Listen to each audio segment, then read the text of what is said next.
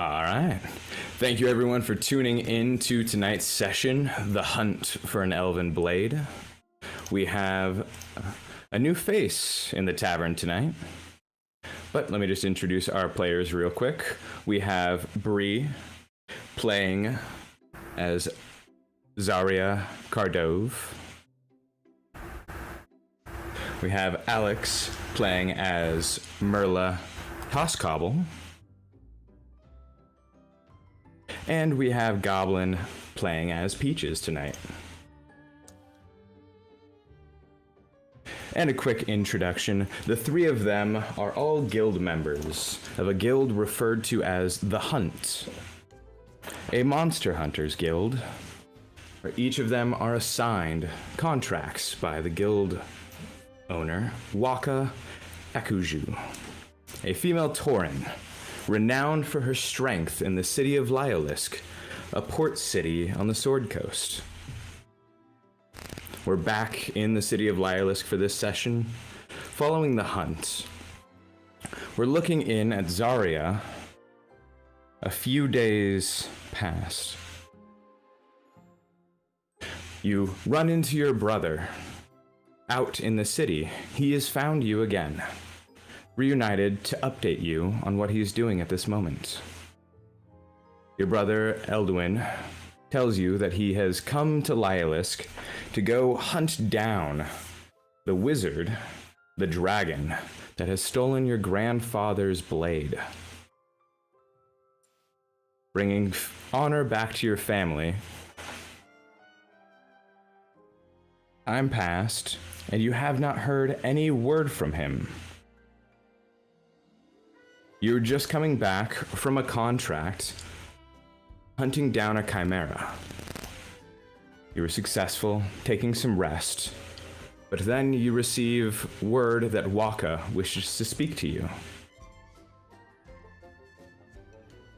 You walk down to the guild house, open the doors, and are hit with the smell of booze. You see Indro, a fellow guild member, a human who particularly specializes in hunting vampires, at the bar sitting with Ano, the orc bartender. You see Waka sitting on the couch near the fireplace, covering both seats with her large body, her battle axe strapped to her back. She looks over her shoulder back at you as you walk in and just waves her hand for you to come. What do you do? I'll walk right over. Okay. So you walk across the room, passing Indro and Ano. They give you a couple of head nods as you pass by. You walk over and you see a seat on the couch across from Waka. There we go. Getting some feedback, Mark, I think.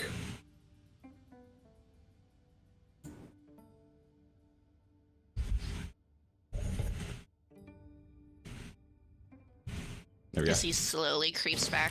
I know. Slowly creeps away. You sit across from Waka, and she looks over at you. Her demeanor is a bit different than normal. She's usually very brash and upfront with everything she says. She looks at you and asks, "Are you busy?" You already know the answer to that. I'm never too busy for you. I love you, darling. I have bad news, though. You look troubled.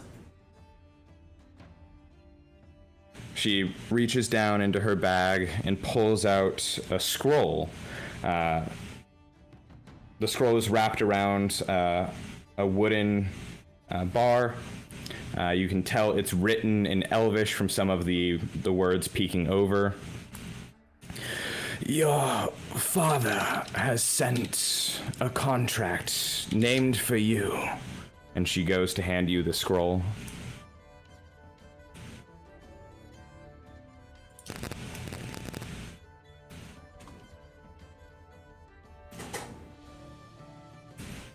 You read through the scroll really quickly.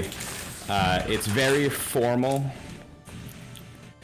Your father has written out that he wishes for you to locate your brother, Eldwin. He has not reported back from going on his hunt for the family sword.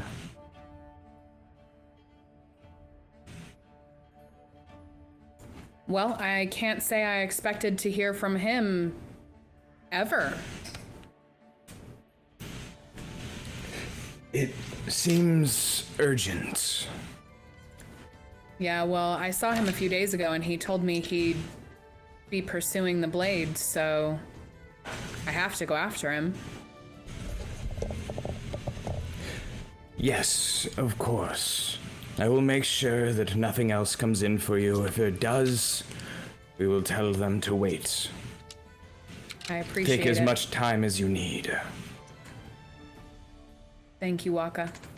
Is there anything the hunt can do for you? I'm gonna need a team. It's a dragon, correct? That's what they said, or at least what we think. I believe you're familiar with Peaches. The name does ring. She's a tabaxi, skilled at hunting and tracking dragons. I would recommend taking her with you. I'll take her. I do have a choice of my own, too. I want Merla. Granted. We will miss her in the house, but you may take her with you. If this is about to be the journey I think it will, I think we'll need her. Yes. Take the ship. We have a few parts in the harbor. I will do it. I'll be probably leaving immediately as soon as I get with them. All right. Tell the crew where you would wish to go. Give them this. Waka reaches over and hands you a seal. It's circular and has the emblem of the hunt on it.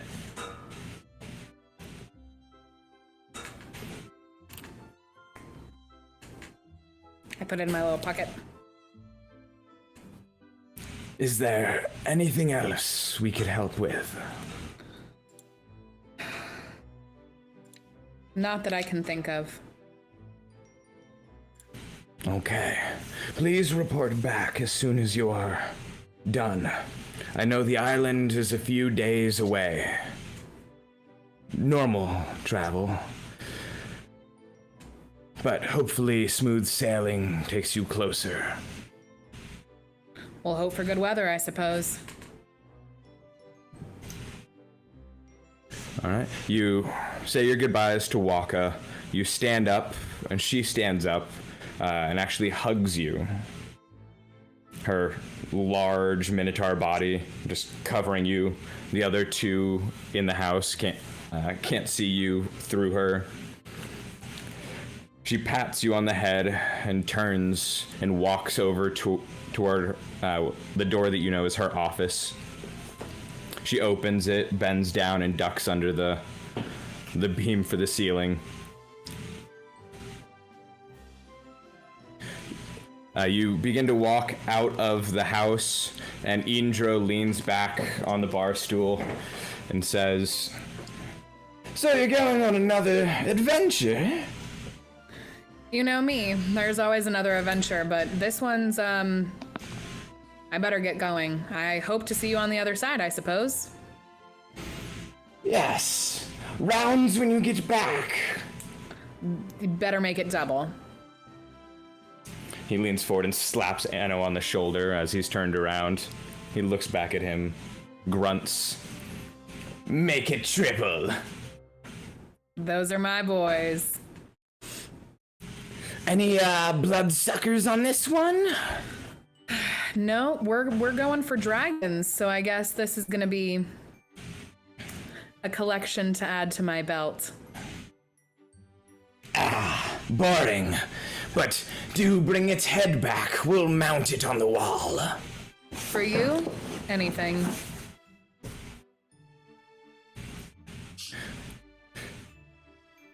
You say your goodbyes and walk out of the house. You know where both Peaches and Merla live, nearby the guild house. Which do you wish to go to first? I'll go to Peaches first.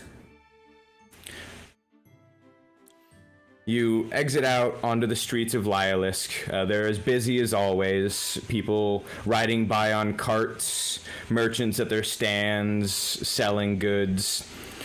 You walk through the crowd and end up at a small home in the corner of the street. The windows closed with curtains. You walk up and knock on the door.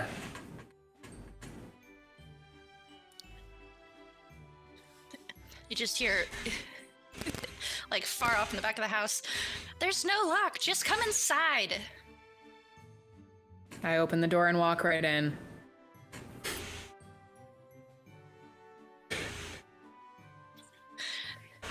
Peaches is just gonna be, like, throwing through books and stuff. Peaches, go ahead. Describe your humble abode. It is a mess. That you see, there's like books everywhere and like just kind of tearing up the house. It's only like one story little place. It's really, really tiny and full of plants. You get hit with a smell of different flowers and aromas. You look over, you see books kind of stacked in next to the shelves, which are all full. You look around, you actually don't see a place to sit, so you kind of just stand. I'm just gonna tiptoe very carefully through the towers of books. You're Peaches, right? Of course I'm Peaches. I have Came to a Peaches' bit of... house. You know, you make a good point. I have a bit of a request. Peaches can help. I'm being sent to hunt a dragon, and I hear that you're especially good at tracking them. And Peaches just starts squealing excitedly. I'm gonna take that as a yes. I've been looking for a dragon everywhere. As she runs toward you from the other room, she knocks over a couple of shelves of the books. You hear him slam on the ground. She rushes over to you. Well, this one might have my brother, so I have to go find him, and potentially a sword, and I could really use your help. Peaches will help. I appreciate you. We have one more member to grab, and then we gotta be on our way. Do you need to... I look around through the mess. Gather anything to take? One moment, and she just books into another room, and you hear a bunch of things, doors slamming, and then she comes back, and she's got full, like, gladiator outfit on. You look like you come prepared. You're my kind of gal. Let's go get Merla. You'll love her. And then we gotta roll. We're taking a boat, and we gotta get to the island. The two of you leave the house and walk down the street a bit further. You see a couple large buildings, two-story buildings standing tall, very large establishments. You know, one is a tavern and the other is a shop.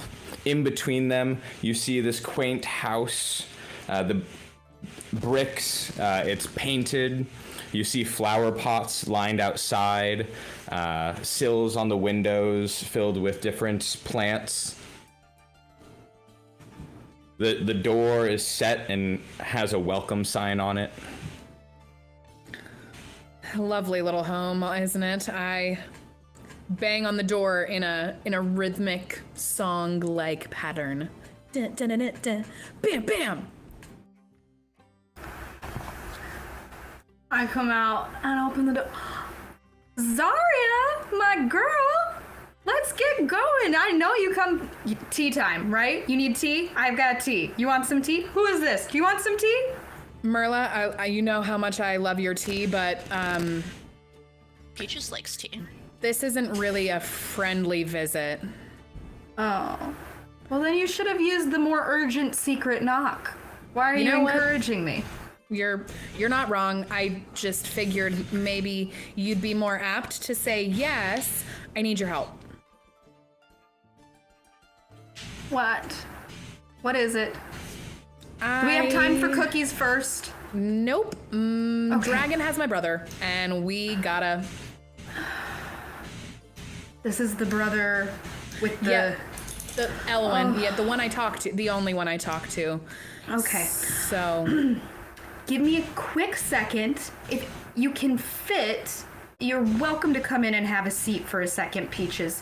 I know it's going to be a little low for you down here.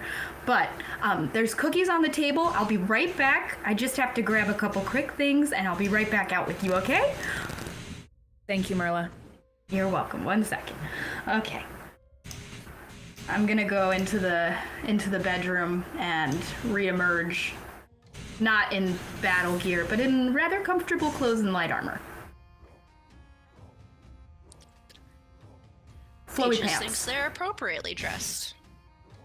Thank you. All right, ladies. Let me just grab my extra cookie tin really quick, and then we'll be on our way. Yes. Make sure you bring your snacks, Marla.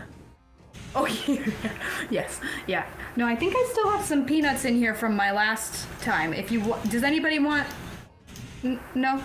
No, thank you. But grab a cookie on your way out. All right. I made them this morning.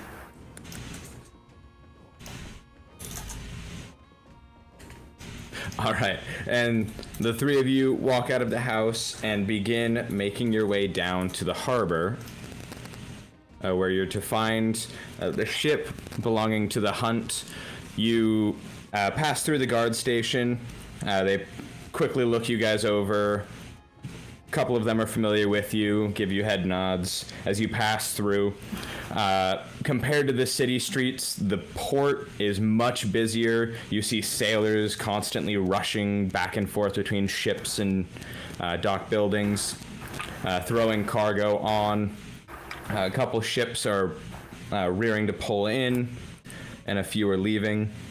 You turn from there and head down to the private section, down to the pier, and you walk over and you see this large ship, sails flown with the crest of the Hunt, and standing outside of it is a Leonin, a large captain. You're familiar, he is the one who runs this ship and the crew. His name is Orglex. And Peaches, you are very familiar with him, as the two cats tend to get along. Peaches is gonna go right up to him and boop his nose. You see him speaking with a sailor, and he turns around, and as he does, you're dipped down. You jump up and bop his nose, and you just see him like back up, shaking his face, and he starts sneezing.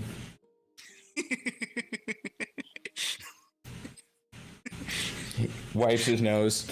Peaches, what? Hi. I got some friends. We're gonna go find my dragon. Oh. That dragon. Well, the dragon has her brother, but I have hopes. Do you need a ride? Yes. Perfect.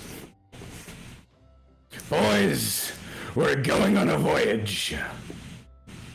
I stand there very awkwardly presenting the token seal that I was given by Waka. Peaches is just gonna like pat it down like, hey, this is my bestie. He's fine. He knows. Orglex reaches over, putting his hand out for the seal. Formalities.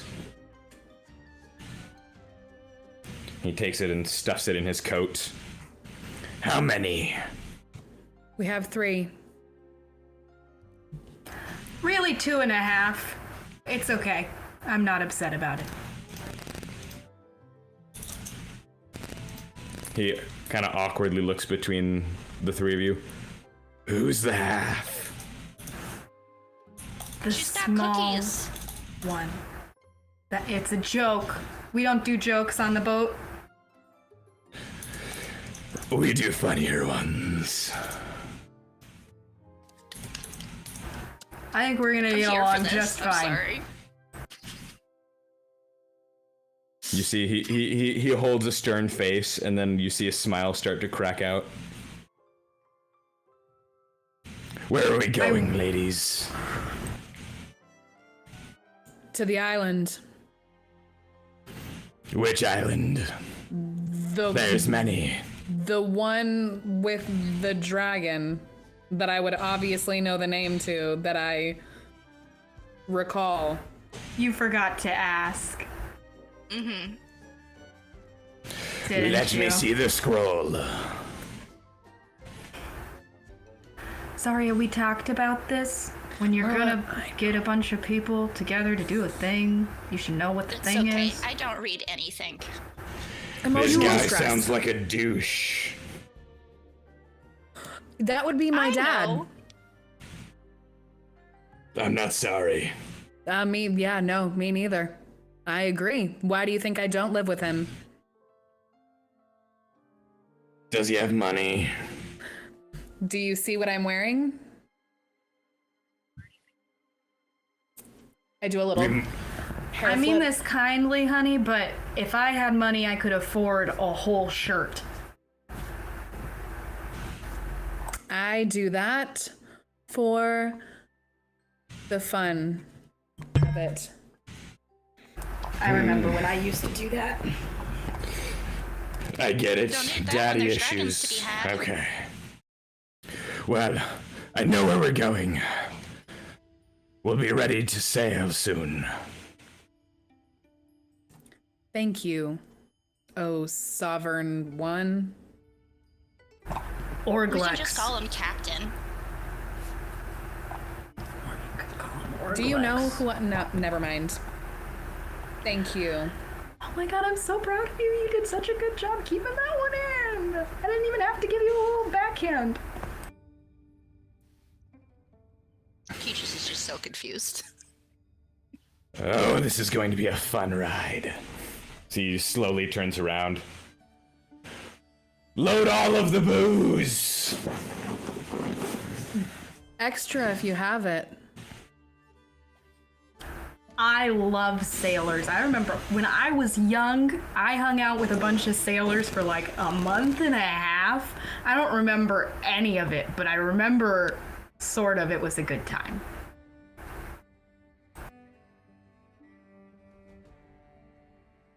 This is going to be fun. For some of gi- us. He gives kind of a grin, and you see the sharp lion teeth.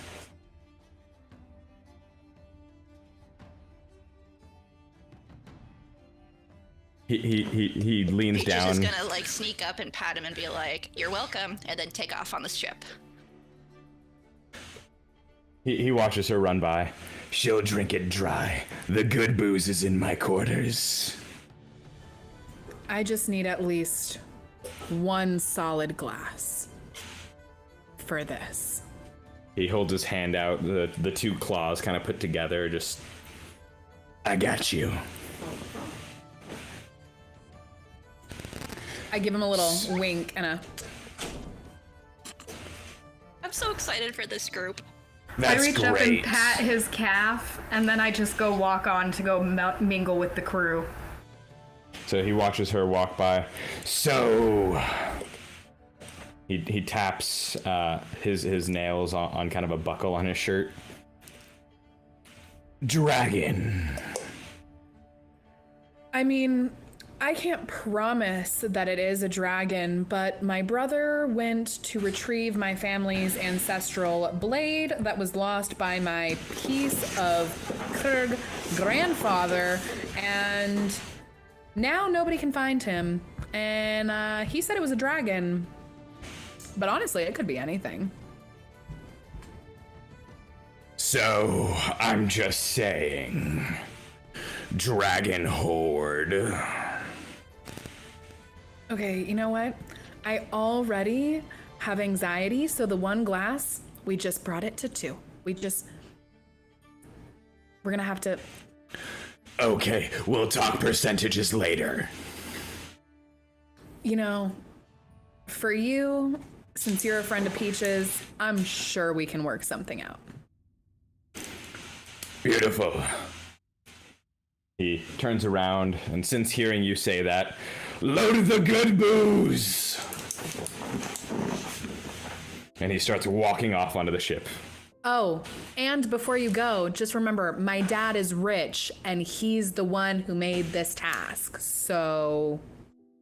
It's like you're asking to be held for ransom. And he continues to walk. No, I didn't really think about that one. I'll just stand there for a minute like... Well, I guess Merla and Peaches are already on the ship, so no backing out now, and I'll follow him onto the ship.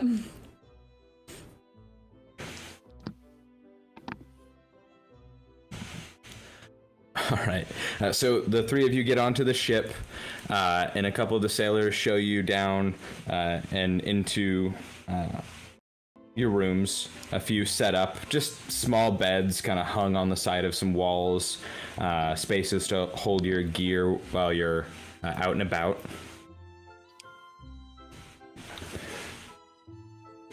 The travel is going to be, at the fastest, a couple days. Some time passes. It gets to night on the sea. You hear singing and stomping off down the ship from your rooms. Do any of you do anything? Peaches is gonna go and try and climb the center mast. That sounds perfect. I'd like to go and join the singing and play along on my lyre. I You go also up. have a lyre? Yeah! Me too. Why I are go we up and just twins? observe. Love this. The 3 We're of you having are some walking. great drunk aunt bonding. Yes. The 3 of you are walking down to where you hear the music playing. Peaches and Merla are chatting in front of Zarya. They've gotten a little distance walking and talking, and both of them have pulled out their instruments and started stringing a little bit. I stand like in the doorway from, where all the rooms are, watching over the deck shenanigans, just visibly unwell and unhappy. I would like to go and approach Zarya and offer her a crusty tissue out of my pocket and a spare almond from days gone by. How you doing, sweetums? I love you so much, but I don't want your almonds today, and I'll be fine. You guys go have fun. It's okay. Don't worry about me. I'm okay. So we don't want to talk about it. Mm-mm. Have you thought about trying to knit about it? Merla, at this point, I think the only thing that's gonna make me feel better is teeth. Well, you know how I feel about that, but girl's gotta do what a girl's gotta do. I have my own dark past, so you just do what you need to do, and you know where I'll be if you want a snack and a hug, okay? Do you still have cookies, or are we just down to the almonds part of the bag? I might have one. You I know, also that's may no- have that's- eaten them. I'm gonna go find Let me just sovereign check. Hold leader. on. No, that's okay. I'm gonna go find the sovereign leader and get the booze. Before they break up and walk away from each other, what is their size rating? And can I pick them both up? You could pick Merla up fairly easily. Zarya is just a little shorter than you. Okay. I can only pick one of them up. Okay. Yes. I was going to try and pick and drag with me real quick and be like, let's have fun. You could drag, but lifting might not. I don't mean full lifting, just up a little bit to speed them along. So the two of you do this and begin to separate. Peaches runs up and grabs both of you by the hips and lifts your feet just slightly off the floor and rushes into the room with the music. I immediately squirm and scream, "Sovereign leader, I need the booze now!" Very loud. Peaches just gonna grab a sailor by the shirt and be like, "Booze me." She does this after she sets both of you down at the table. She says this, the sailor runs off, another one from another direction comes over and slams 3 tankards down. "We were waiting for you." I immediately push the tankard back boys. towards him and I say, "I need the good booze now." He looks down. "What good booze?" Go find your sovereign leader and tell him that the princess needs the good booze stat yesterday, 5 minutes ago, or somebody else's teeth are joining my belt. Please and thank you. He starts kind of shaking in place. Okay.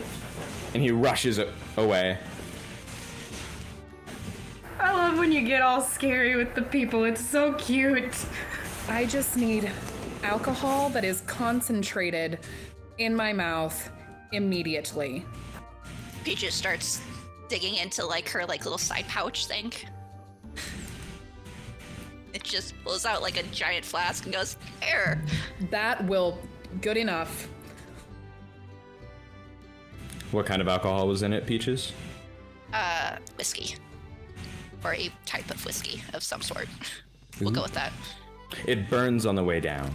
And I immediately, for the first time since walking on the ship, smile. Okay. Are we... Well, I won't sing, but are you singing, Merla? Because I know that that's one of your specialties. And I am here to observe as I then pour some more burning, spicy whiskey down my face. As she says this, the music stops, and you look over where the music was coming from, and you see an elf with long ears, wearing a leather armor and a green hood pulled back, strumming a lute. She was the one playing and singing. She looks over at Merla and offers a hand. Well, aren't you a dear? I'm gonna need one more glass of mead really quick, and then I'm gonna get started. Everybody gather around, okay? La, la, la, la, la, la. Holy Santi seas, we are going on a journey across the ocean. All together now with me and my spare peanuts, and Peaches and her spare whiskey.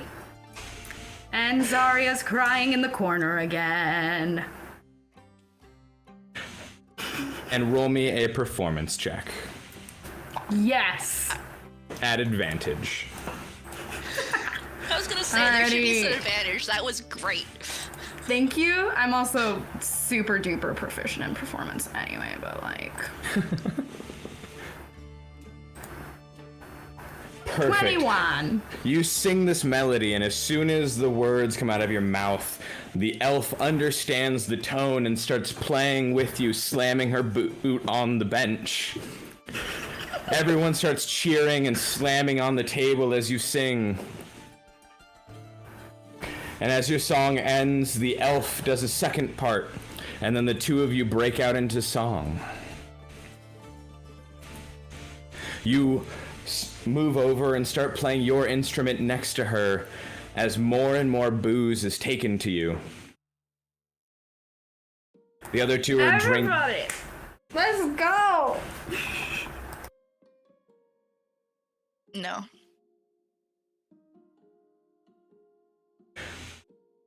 The entire ship seems to be rocking from everyone slamming on the tables and the floor. Even the captain has come down from his quarters and brought a couple bottles. He set one next to Zarya, just leaving it there because he knows that's where it needs to be. And then he sets the other one up by the two playing their instruments. In between them going back and forth, they each take a swig. The hours pass by. The three of you go off and sleep. You wake up and the sun is beaming through the port windows. All three of you, roll me a Constitution save throw.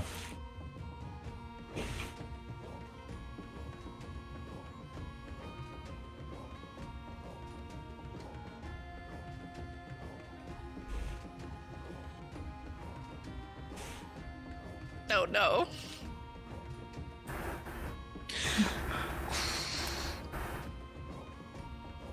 I don't know where the button is for that.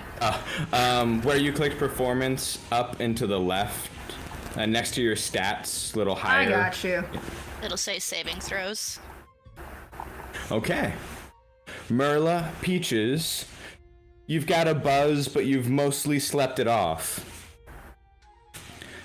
Zarya, you wake up with a splitting migraine, and the light is blinding. It is the middle of the day. Zarya, you have slept a total of 13 hours. Peaches and Merla, you're already up on deck. Feeling lovely.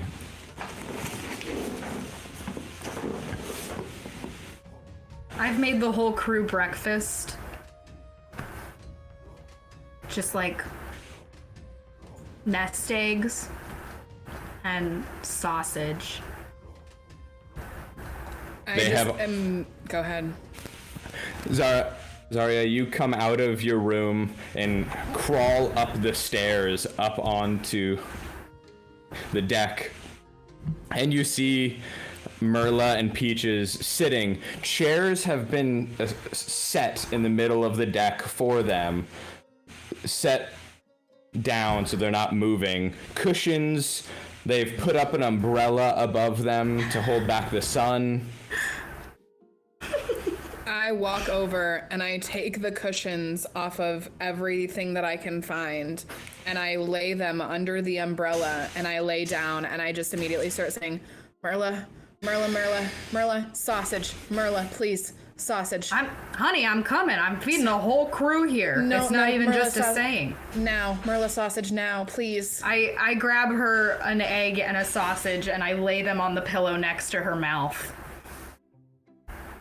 I just kind of like lick it. I don't even eat it. I just kind of like,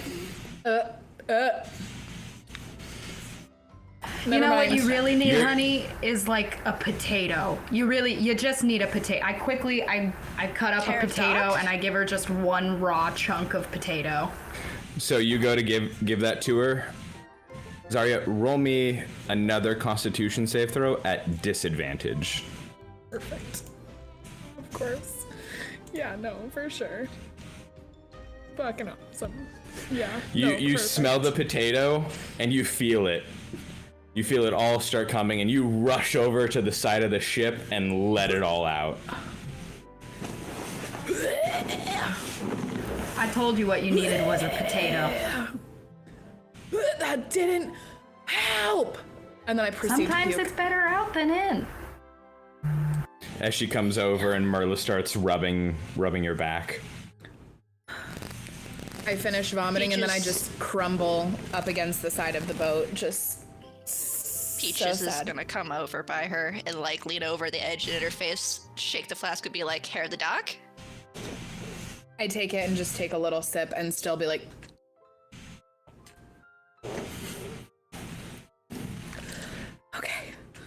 okay.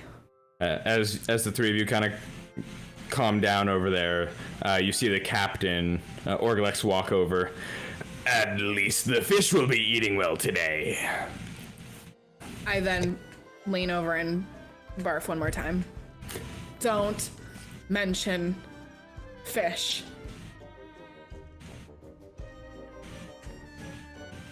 Miss Princess, you're on the sea. I don't want to think about it. Do you want it on your deck? Orglex, why don't you come over here and have a sausage? Have you eaten? I don't think you've eaten. Look at you, you're practically wasting away in there. Ah, they're delicious, but I could have more. I'm gonna feed him more sausage. More of my meat. Feeding the giant lion captain her meat. He just takes a handful and just walks off back to his quarters. You see the sailors manning the deck. It's very often that men need time alone with my meat. It's too much to handle in public. While Merla talks about her meat, I crawl on all floors like I'm bleeding out over to my sausage on my pillow, and I just lay down and start chewing on it without using my hands. Just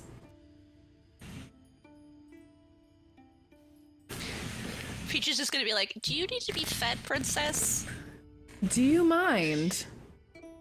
And Peach is just gonna pick up the sausage and like start feeding her tiny bits. This is more like it. The sailor that had originally brought you your booze at the beginning of the night down under walks by carrying a large crate. Ha! She really is a princess, and keeps walking. Do you even know who I am? And then I take another bite of my sausage.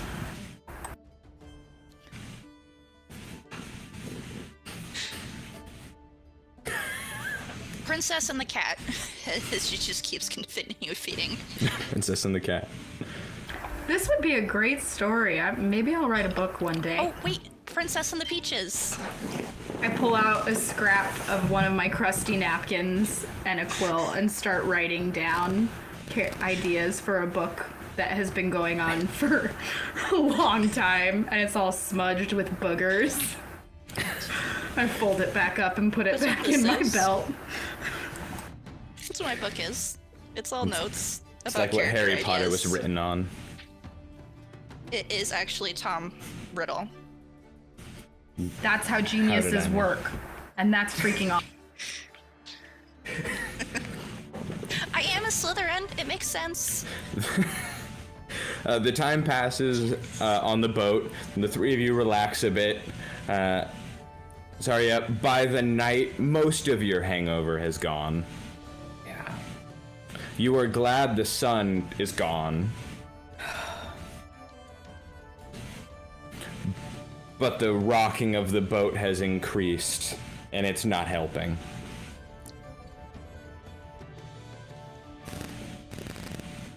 I go find more booze and I just drink like a normal size amount.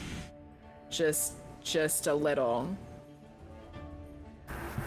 I'm on the deck talking to one of the sailors about his deepest personal fears, and he is crying a little probably, and I'm consoling him. He's actually down on the ground, holding his knees like close to his body, telling you about his issues growing up. Honey, let it out. You can't keep all that stuff backed up. It's gonna pop out of you like a bad poop.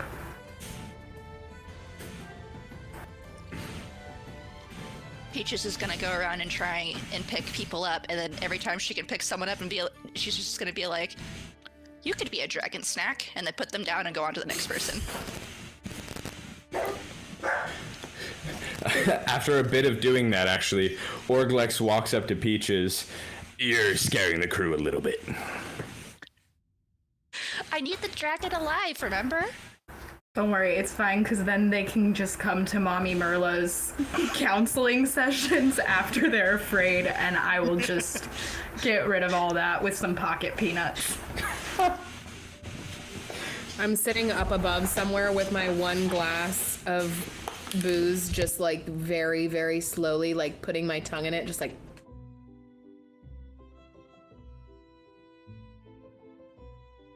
Okay, and we are going to move on from that completely. Orglex walks over to and asks the three of you to come together. I think we've actually lost a bit of time with last night. I've told the crew we're working through the night to make up for it. Ooh, does that mean I get to go to the bird's nest again? It is unoccupied. Go ahead. Sweet, and she just books it. I just death glare. I'm gonna leave you two to talk. Zarya, we're gonna use our nice voice. And remember that those aren't the teeth we're looking for, okay? Bye now. They'll fit in a slot on the belt. I feel like there's issues here. You have no idea. And Peaches, you climb up to the crow's nest and get settled there. You hear some talking below, just underneath of you, down back on the deck of these two. And you look off, and on the distance you can actually see a bit of land, and you see this slight glow circling in the sky. I'm gonna holler down and be like, "You, sailor, up here!" You yell down. Both Orglex and Zarya also hear it, but one of the sailors starts climbing up the mast, up to the crow's nest, and he gets a bit close to you. Yes. See the glowy stuff? He squints his eyes. He reaches down, pulls out, and looks. He puts it down. What is that? I bet it's a dragon that I'm gonna feed you to. Go tell the captain. He immediately turns, looks down, and just yells out, "Dragon!"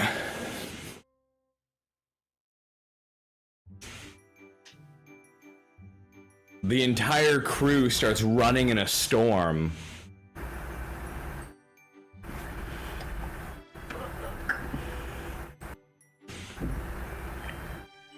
I immediately get really, really mean and I say, "Did you even see it? Or are you just saying it?" I saw some glowy stuff. Looks like a dragon flying. Peaches says this as she's climbing down from the crow's nest. Told him I was gonna feed him to it.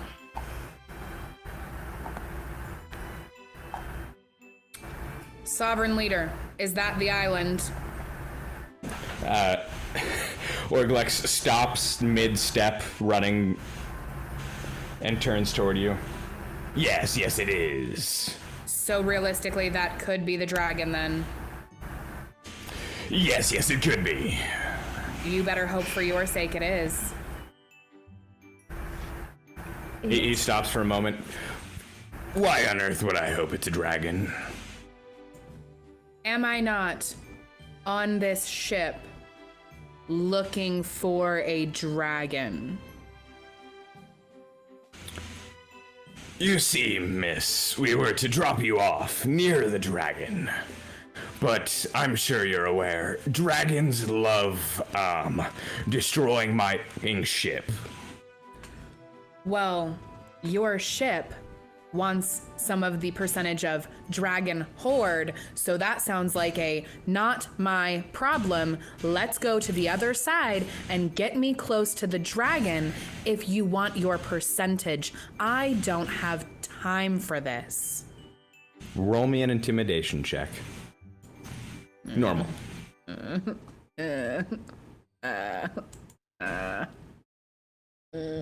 We'll just take the first one. Oh, sorry. Hugo. God. He looks down at you. I'm sorry to say, princess, but we will take you to the other side, away from the dragon. And we might leave you there for a little while. I just want you to know that every minute I'm on that island without a way off of that island is money out of your pocket. Peaches is gonna swing an arm around her and be like, "You were planning to keep me for my dragon longer?" To the captain. Well, say, hypothetically, we wait until the dragon isn't above the island. Fine. We could then dock. Then we'll wait. He puts a hand out. Sounds good. Princess. I put my hand like this, expecting it to be kissed. And he shakes it and then turns and walks away.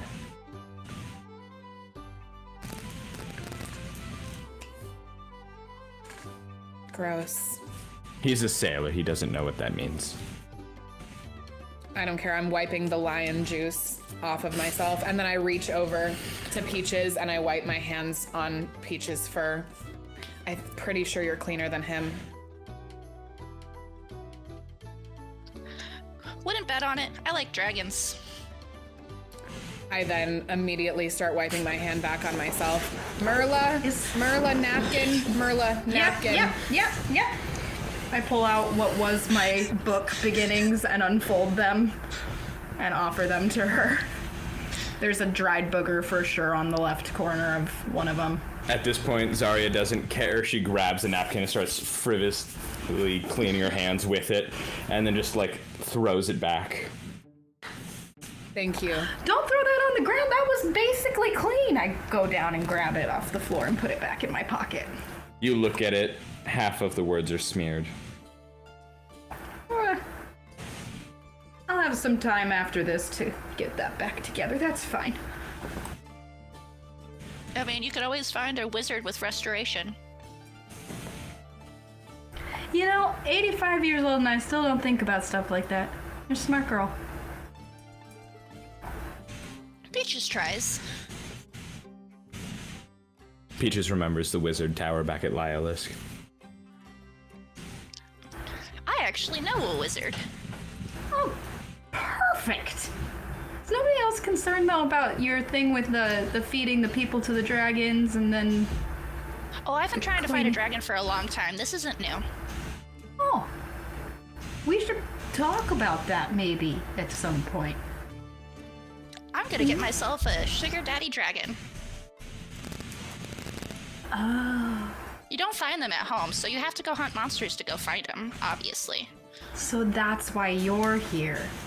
Mm-hmm. That's why I need him alive. He's gonna adapt me.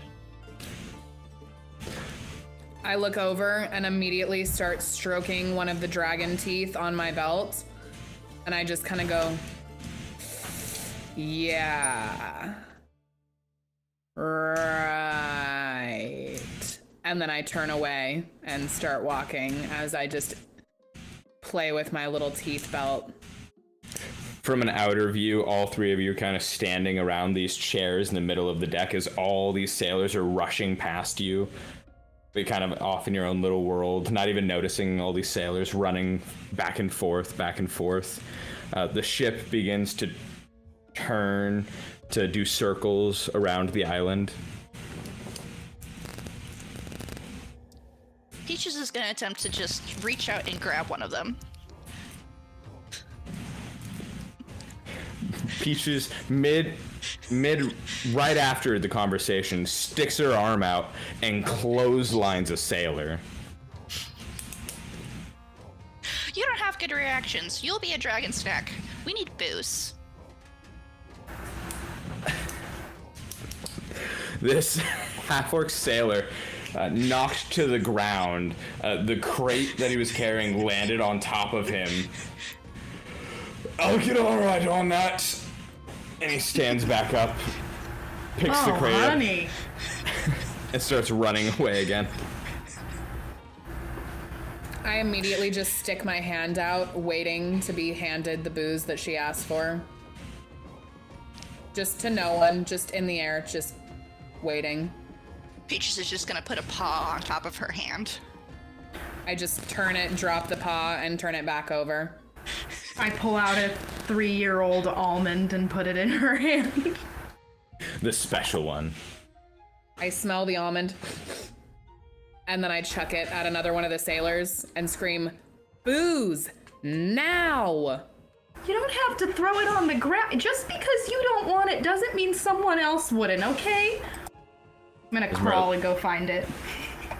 You find it and pick it up and hold it out in front of you. I give it a little dust off and put it back in my pocket. As you do that, the same sailor that had brought you the booze earlier comes out with another stein in his hand, just filled, a little spilling out as he's rushing over, and he sets it on her hand. Thank you.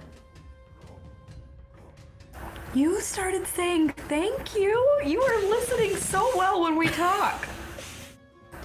Merla, I try. I really try, but my patience is wearing very thin. How much longer until we dock? Sovereign Leader. Just call him his name, honey. I'll never remember. You think I care about his name? I forgot it as soon as he said it. Peaches is That's just gonna fair. yell, Augie! You see the lion captain stop. You see him pause for a second. He turns away from you. You see him hold his head up and just sigh. And then he turns back, walks over. Yes. How much longer? Dragon gold, dragon gold, dragon gold, dragon gold. He puts his hand up, pointing to the sky. You see the little bright, the low light flying up in the clouds above the island. We are waiting for that to land. So make it land faster. Madame, I can't tell the dragon Princess. to land. Okay. Peaches will ask nicely. Peaches, we know you're going to ask more than nicely. I'll start with nice. Don't call me And end with Madame. spice. Don't call me Madame. You said you had the best booze in your quarters. Am I wrong? You drank that bottle last night. And I'm assuming that because I told you I would, you have extra because you're a smart man and you know how long this journey could take. So where is the other bottle? He pauses. You can almost hear the gritting of his teeth. Come with me. And he turns and starts walking to his quarter. When they leave, I'm gonna go below deck and start getting some stuff together to make dinner for the crew since they've had a hard day. I go find the booze with Sovereign Leader. Peaches is gonna offer help. It's for dinner. Good woman. Peaches and Merla, you I'm a good run kitty. down deck. The dragon will find out. And sorry, you go into the captain's quarters. It's actually very well, nice and organized in there. You see a bookshelf laid out on the back, shelving, borders there to keep the books on the shelves, even on the seat. A desk set up in the middle, couple chairs, a nice rug laid out. This is nice. Why did I sleep over? I didn't know this was here. Princess, Yes. this is still my ship. For now. I say that very quietly under my breath, for the record. He moves over to the desk. He opens one of the drawers. He has to put a key in it first. You hear him kind of jiggle it. It opens. He pulls out a bottle, small bottle, wide. It actually has glass wings that come out from the bottle up to the mouth of what looks like a wyvern. And then he pulls the cork out, and he pours a small, like, wine glass and puts the cork back on. Here you go, princess. Merla will be so proud. Thank you, sovereign leader. I will tell her you said that. And Good. he gives like a forced smile. Nice. I take a sip and I turn around and walk away. You shut the door behind you and you just hear him start, under his breath, some vulgarity that I won't say on stream.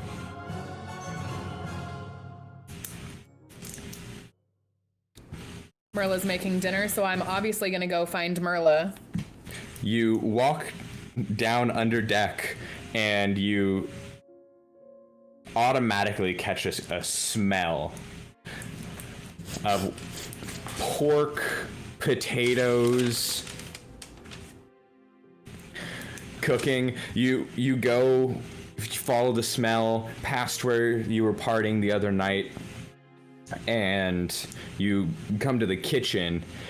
You see in there a large a dwarf with a large belly standing in the kitchen, frantically running behind Merla as she's cooking all of this, and he's just following behind her. He's writing things down.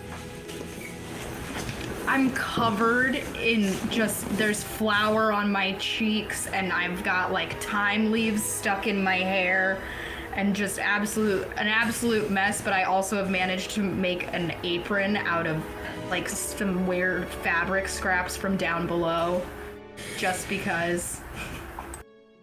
And as you walk in, Zarya, you hear the dwarf just say, "And what did you put in that one?" Oh, honey, that was something that was from, I don't know, Mom gave me this thing. Anyway, it's just like a little tiny leaf. You can find it if you go on land. There's like 3 berries on the branch. Oh my gosh, look at that. That's bubbling over. Gotta give it a stir. Oh, and look at, you know, that probably could use another pinch of salt. We're just gonna put that in there real quick. Wilderberries, salt. I'm jotting it all down. I swear we'll do better next time. Oh, honey, it's nothing to be mad about. Not everybody gets to grow up with home cooking. Let's just see. Oh, yep, that's done. We're gonna flip that over. Okay, and now, where's the plates? Why are you not plating? Let's get plating. He quickly folds his notes and puts it in his own apron. He rushes over, grabs a stack of plates, and starts hobbling over quickly. A couple kind of fall off the stack and smash. He sets them down. You need to take a deep breath, handsome, okay? You're not gonna die in here. It's just cooking. It's fun. We're having fun. Oh my god, that's this is burning. We need to... Son of a dwarf's mother with a beard. Starts rushing and he starts lifting the pots and taking things off the fire. We're gonna get everything plated. One of the plates gets like an extra scoop of potatoes and a little heart made out of like leaves and berries on it. That one's Zarya's. Zarya looks in and sees all this frantically going on in the kitchen. She sips her mead and then closes the door and walks away. Peaches, you're sitting off in the corner, just eating like a little bit of cheese. Just perched up on top of random items, just needed to be the tallest and highest up in the room. Had to have the vantage point. Always have the As high I'm ground. wandering around, I keep on like passing by Peaches and just handing her like a spare taste of whatever I've just finished stirring. How does this taste, honey? What do you think? Salt.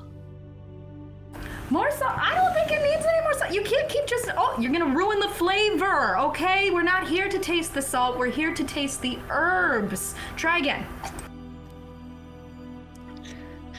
Sailors need more salt. They don't get enough. I need juice too. They get scurvy, you know. I squeeze another lemon onto the stew and I give it another stir, and I reluctantly put in another sprinkle of salt.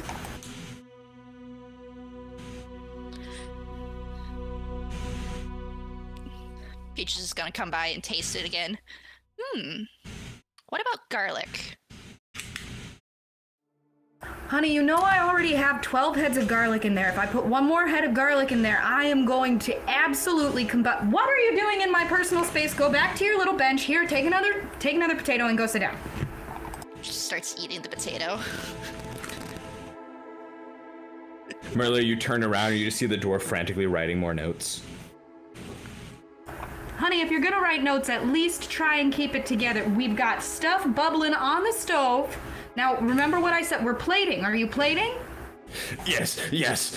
And he rushes over and he keeps making the sauce into little hearts. Good job. You're doing amazing, honey. I love this so much. Dinner finishes. Zarya, you're already sitting at the head of the table, just drinking more of your mead. And Merla, you come out and, with the help of the dwarf, you lay out plates. And then he rushes over to the corner of the room and starts ringing the dinner bell. I carry Zarya's plate personally and put it in front of her with a little, swan folded napkin next to it. Merla, this is why you're my favorite. Do you think we could have a dinner song? I was thinking you were gonna ask for that almond again, but I maybe could be persuaded after we finish eating. Peaches is just gonna pull out her lyre and start picking a couple notes. You know I like songs while I eat. It helps me digest. It's not all about you, Zarya. Remember what I said? Since when? I stomp my foot and take the first bite and start eating my food before anyone else has even sat down.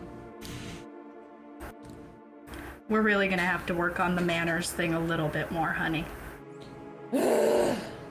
I go over to the dwarf that's been helping me cook, and I hand him a plate and I say, sit down with the other people. You did a great job today.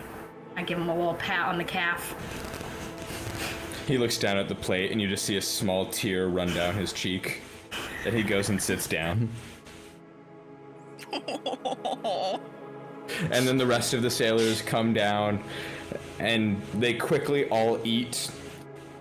The three of you also sit down. Zarya, you slowly pick at your food. And all the sailors finish before she's done. And they all stack their plates off in the corner and rush up back to deck.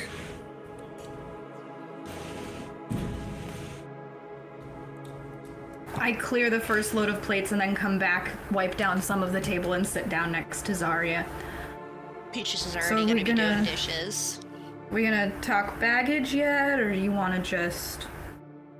Song first, baggage after. The dwarf walks by. I'll take care of the rest of the dishes, all right? You've been amazing today, honey. You just remember, all your country, you just have to give them enough time, and you're an excellent cook, okay? I needed to hear that. And he rushes into the kitchen with some of the dishes. All right, Zarya, here we go. There once was a beautiful princess. She had... Are you gonna interrupt me the whole time I'm singing? Mm-hmm. She had some familial trauma, but now she's on a journey. She's gonna do so much better, and she's gonna finish that whole plate of food that Auntie Merla made for her, right? Zarya, thank you, because it gives her battle strength. Am I right? Yes, I'm right, thank you. Okay. You feel better? A little bit, yeah. All right, great job, honey. You see off from the other side of the room, Orglex, the captain, the sovereign, walks over. The dragon has landed. About time. And look, we even got dinner out of it and a song. Perfect. Would you rather wait until morning, or... I mean... Oh, Orglex, you really should figure out how this whole thing works by now. I'm I slowly always figuring it prefer out. night. That was weird and dark. I am a gloom stalker, so I'm not gonna ask questions. And he walks back up. We will port very shortly. We found a dock on the island. We'll set up there. perfect. Thank you for everything, Orglex, and I hope that you know that it's gonna be okay. I He's gonna remind tell myself Peaches. there's a dragon horde. There's a dragon horde. There's a dragon. And he says this at each step up the stairs back to the deck.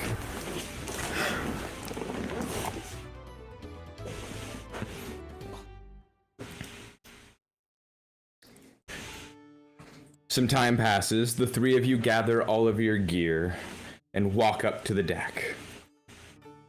It's very low lighting outside. The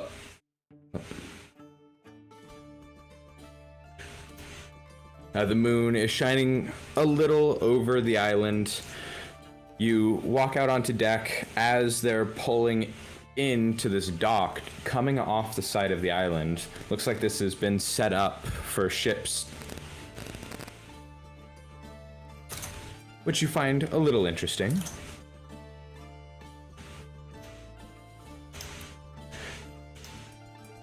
You look over from the front of the ship, and you see as they pull in, another ship is crashed into the side of the island against one of the cliff sides.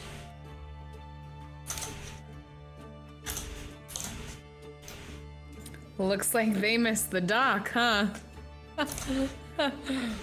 Not funny? Oh.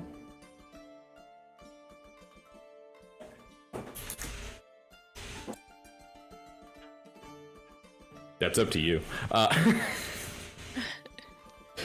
Peach is just gonna walk by and walk around and be like, tongue like a hammer.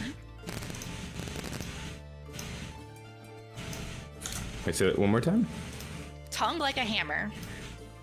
It means inadvertently rude.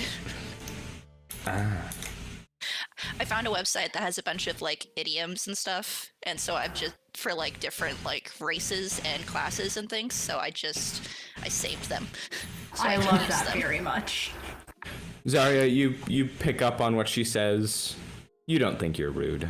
You kind of scoff it off. I just look at her and say, Gunsha. Okay, well that was inadvertently rude and outright a little rude. So let's try and watch our mouths, the both y'all.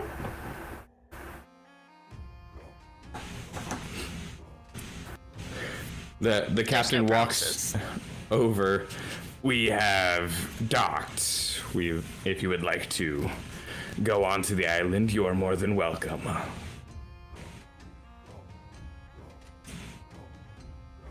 And you'll be I staying? give as Yes, we will stay right here, princess. As we walk past the captain, I give Orglax a little pressed flower that's like a little bit crumbly. And I just say, thank you so much for the journey. It's been a pleasure to relive my glory days. He smiles a bit. You've been lovely. And he puts the flower in his hair.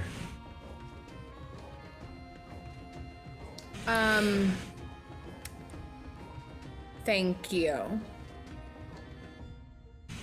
Yes, princess. And about I'm still that working on her. percentage. Well, I guess we're gonna have to see how much there is, won't we? Well, I think maybe we should agree before you go up there. Of course you do. You're not the one that's gonna have to fight the dragon. But we are also the ones that choose whether we stay here. Peaches, Inga. Peaches is gonna go up to Zarya and like whisper in her ear and be like, "He can just have my horde. I'm getting the dragon." Well, Peaches offers you her share. Is there more that you'd like beyond that? I'm going to presume that's a third. Well, of course. It's quite the presumption. But I mean, that also depends on Peaches getting the dragon. So would you like to theoretically choose another percentage if she doesn't get the dragon? Well, knowing Peaches for as long as I do, I'm going to bet on that one. But we'll say if she doesn't, 20%. You are out of your damn mind. I'm gonna take my flower back right out from your dang little lion ear. Now hear me out. We can talk about this. This was just the first number. Negotiations, ladies. Libionos. I will say 10%. Unless Peaches gets the dragon. 10%, and if Peaches gets the dragon, 33%. She can do whatever she wants with her share. That's none of my concern. That sounds like a deal. He puts his hand out. Merla, It's for a shake. I don't want to touch him again. I have more napkins. You got it. He grabs your hand and kisses it. Now look. Okay, You know let's not what? get For too cocky. that, 11. You're a doll. We will wait here anxiously. If we see you running down from the island, we will start getting ready to leave. Perfect. Or alternatively, if you hear us screaming, also get ready, because we will be shortly behind the scream. We will wait for you, yes. Peach is just gonna put a paw on the captain's shoulder and be like, "You don't have to wait for me, even if I'm screaming." And then walks off. I'm not gonna ask questions. And he turns around and starts walking back to his quarters. Yes. She's on a mission. She's on a mission. She had to get what he wants. That dragon. This is like the opposite of like all the characters I ever play. So Meets the dragon, roll a constitution save. Go on. For he those that just needs to know. adopt me. I don't need to worry about the other terms. Dragons can Those shapeshift that- too. At least some For of them. those that know. Alright. So you hear this as Peaches begins to walk off the board from the ship onto the deck connected to the dock connected to the island. You remember seeing the broken down ship a little in front of yours as it docked. Next to that is a beach area. And from the dock, it comes and goes up to a lifted section that has a hill down to the beach. And I'm actually going to move you guys over to it. I look at the beach and immediately say, you know, if there wasn't a dragon in the air, this would be so nice for tanning. I think the dragon makes it better. Well, Peaches, we know you do. We know you do. I've never met anybody who needs to intentionally lay in the sun to tan. I just garden. It's very effective.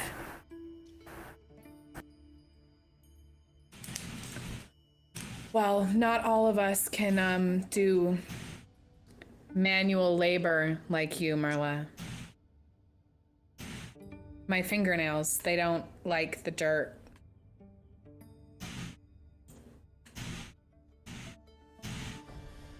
Well, we're gonna keep working on that one too. Just wait, you'll love those plants like you love a child. Peaches knows, she's got it. Peaches does love plants.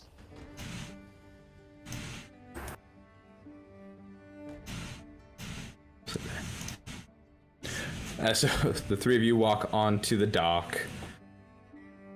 Where would you like to go? You're muted, by the way. My thought is one of us is great at tracking dragons. Do you have any ideas where this dragon might be?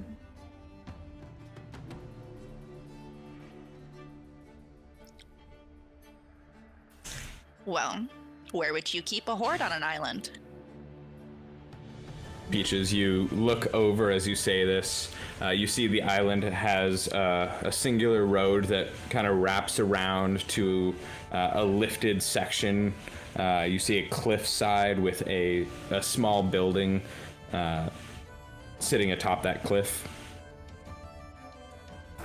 I'd do it up there, personally. Does anyone else Not think there. it's weird that there's like roads and docks? Because most of the teeth I have, and I grab my teeth and start stroking them, came from caves. Do dragons build roads?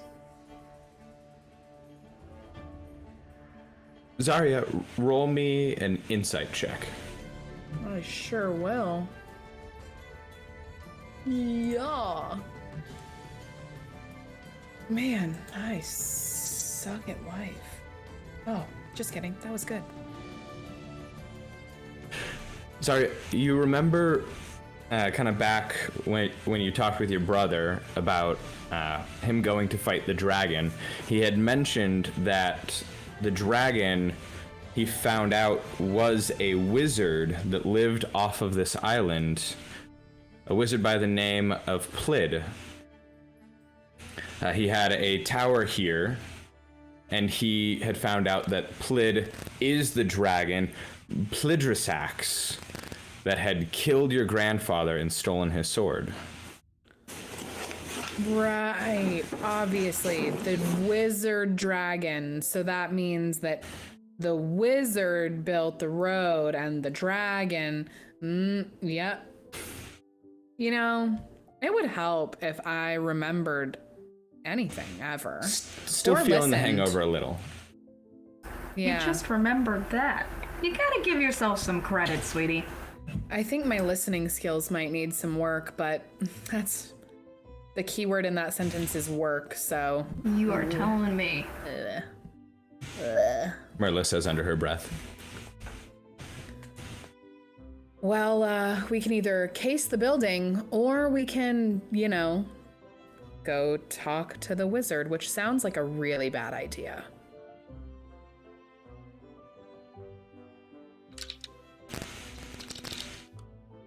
The three of you standing on the dock as she says this.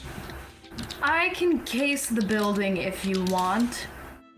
I'm kinda okay at that, and I can climb a lot of places. I'm pretty nimbly-bimbly. Well, I guess we should get a little bit closer. Obviously, I can hide, and I'm sure the cat can also climb. Cat can definitely climb. Peaches is on board. Peaches I is don't gonna do think whatever that it takes there to was get to a- that dragon. I didn't think there was a building mentioned. I'm pretty sure there was a road. On the top it. of the island, at Yes, the very there was peak of a- it, there was a small building. Oh great, so Amnesia is running between the party. Well, then Lots of alcohol. let's walk up the road to a point where we can, relatively speaking, hide. And Merla, you can do a little sneaky sneak and see what you can see. Sounds like a plan. And I think this will be a great time just for a quick break. Grab drinks, use the restroom before we get back into it for the rest of the night. So we'll take a quick 5-minute break and we will be right back. Sweet. All right. And Tech Goblin. Hang on. Oh, we're gonna take a quick 5-minute break. All right, be right back, guys.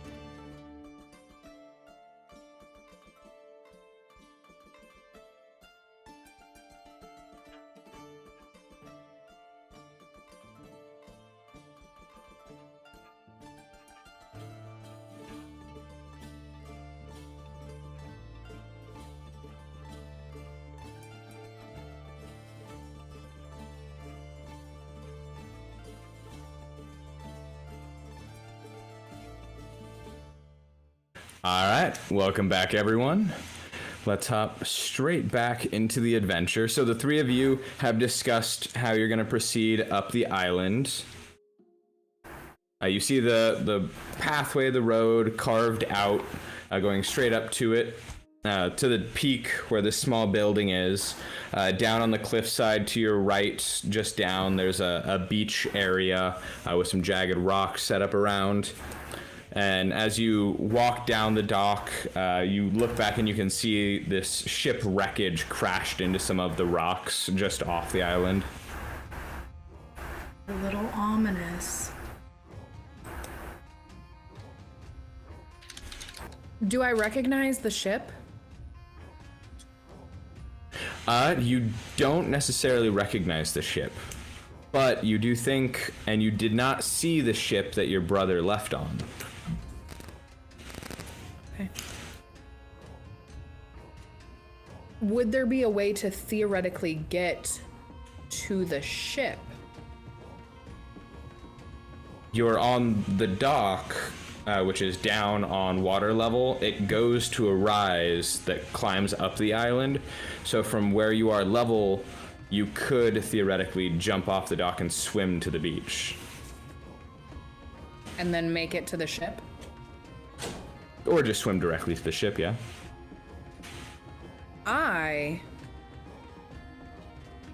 Idea. Really quick before we go storming into the creepy building, what if I swim over and check out the ship really quick and just see if I can find anything useful or that tells us what might have happened? While you do that, maybe I should go and check the beach, because if I wrecked a ship and I wasn't dead, I'd go towards land. Okay, I think this is a good plan, but stay relatively close because the last thing we want to do is separate. Break the party. And Peaches, what would you like to do? I will help Merla. Okay. And Mr. Tech Goblin? Mark?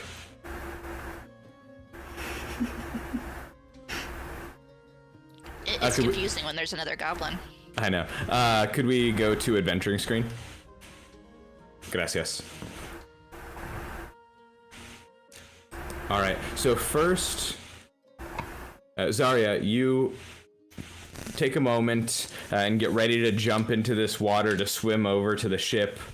Merla, you tip down far enough just to dip into the water, and it is cold. Yeah, that's no Elven spring right there. You sure you want to do this there, sweetums?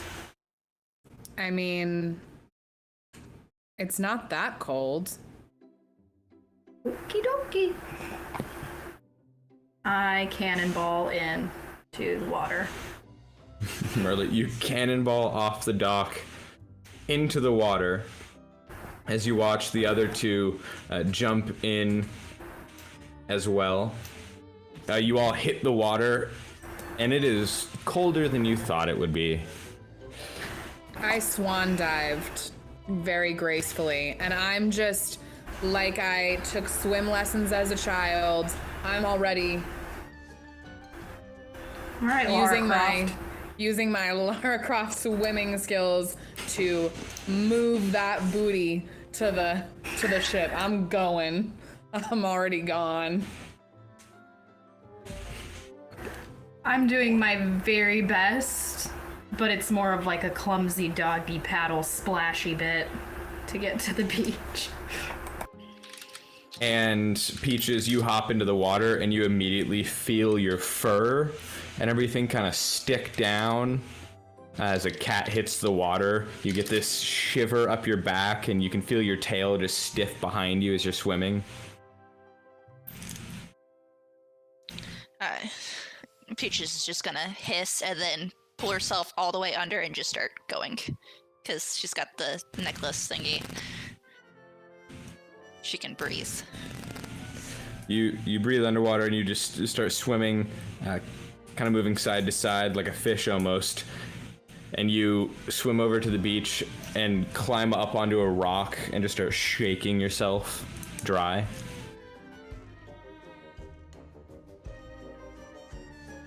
Merla, She you just starts like licking and patting and like trying to get it all off. Merla, you get up to the beach. Sorry, you get close to the ship. You see it crashed into the side of this large rock formation. The ship is in pieces. Looks like it slammed hard into this mass of rocks. Is there any part that is like together enough that I could like climb onto it and look through anything, or is it literally just like shreds of wood? There's large enough pieces. A majority of the ship has held together. You can see pieces of it have ripped off the hull here and there, but you would be able to climb up the planks onto the mass of the ship. I'm gonna climb up onto the ship. All right, you begin climbing up on the ship. Merla, you get onto the beach. You can feel the sand kind of shift under your feet as you step on. Man, this is way more fun when I was in college and we used to do drunk skinny dipping, I'll tell you. Water's terrible. I'm with you. We're on the beach. Beach time for the girlies. Merla, you kind of shake off your clothes and pull your hair back, kind of redo it and bun it back up. I'm squeezing out of my pants a little bit. And as you do, you get done, and you finally take in your surrounding a little bit, and you look over, and you can see the shadow of a man kind of crouched down against a rock right near you. I rush over to them. With an almond. With an almond in one hand and my psychic blade ready to draw. Peaches is just gonna have her war pick in hand. Like, oh, let's go. Peaches, you watch as Merla kind of runs off from where she was. You shake off one last time and reach down, grab your war pick, and hop off the rock onto the sand as it shifts under your feet as you land. Merla, you rush over at the body that's laying against this rock. Half of it is dug into the sand, and then they're sprawled out against this rock. You rush over, and just from getting close to it, you can tell whoever this is, they're dead. Aww. Can Zarya hear me from here if I yell? You could try. I yell Yeah, but the out and dragon I might say, as well. "Oh, you make a good point." I stay quiet. Oh, I freaking have psychic telecommunication. Home slice, what the hell am I doing? I think I have a magic message. I Or something. literally can psychically communicate. So can I? Bro, It's an earring of what message, are I we think. doing? Alright, I psychic communicate over to my good pal Zarya if she's within range, which I don't actually know. If she is, let me see. look. Psychic whisper. I know it's pretty far. I think she's in range. Double check. Psychic whisper. What, within 1 mile? Oh, yeah, definitely. So Zarya, you are climbing the boards of the ship, getting up on top of it, and you feel the psychic connection that you recognize as Merla kind of tapping in. And I whisper to her and I say, "We found a body. Come see if it's your brother." I hold up That my wasn't arm very like empathetic. this. And I would like to look around and see if I can find any bodies or any items on the ship before I swim through the freezing cold water back. You hold up your finger, telling them 1 second, Merla. You see the shadow of her on top of the ship. She's standing on top of it, holding her finger up, and you recognize that pose. As per usual, she keeps everybody else waiting. I would like to investigate the body. All right. And are you just looking over the body? I'm checking through his belongings and for any sign of injury. Okay. It's actually pretty obvious. You look over the body. The body is burnt. Oh. The flesh of it is singed. It looks old, but you can see the charred remains. The clothes have burnt and been singed. Everything that was on his possession has been burned. And you look over and you look to the side and you actually see another body down at the bottom of the cliffside, just like slouched over, laying against the cliff. I would like to rush over to that body now. You rush over and look at this body. This body is slouched down against the cliff wall. You can kind of make out and surmise it might have been trying to climb the cliff frantically and something happened. It's burnt, as well as the side of the cliff. You can see some searing on the rocks. Super. I would like to use my psychic communication to let Zarya know that we found another body, both are dead and charred. You get this message as you're atop the ship, moving over it. It's a small ship. Looks like it would only just hold a few people. You do, as you're walking through, something sticks out to you, and the side of the ship, away from the rocks, has two large markings on it. As you go over to it, you see what looks like claws or talons have seared the side of the ship. Well, it looks like darn something thing. had pushed it into the rock. Into the rock. There's nothing on the ship, no items, no bodies, no stuff. Alrighty, well then I will swan dive back into the water and gracefully swim to Merla. Well, The head motion. when they come back up and they're like trying to figure out whether or not it is a related person dead on the shore, Peaches is just going to take out the trident and like start trying to stab fish in the ocean. Peaches, you see Zarya swimming over. You move over and pull out your trident and just like start watching the water. Zarya, you come out of the water, stand up, flip your hair around and flip it back. Much like that. Well, I found things, and it looks like the dragon pushed the ship into the rocks and crushed it into little pieces. Ooh, he's going to be a strong one. Oh.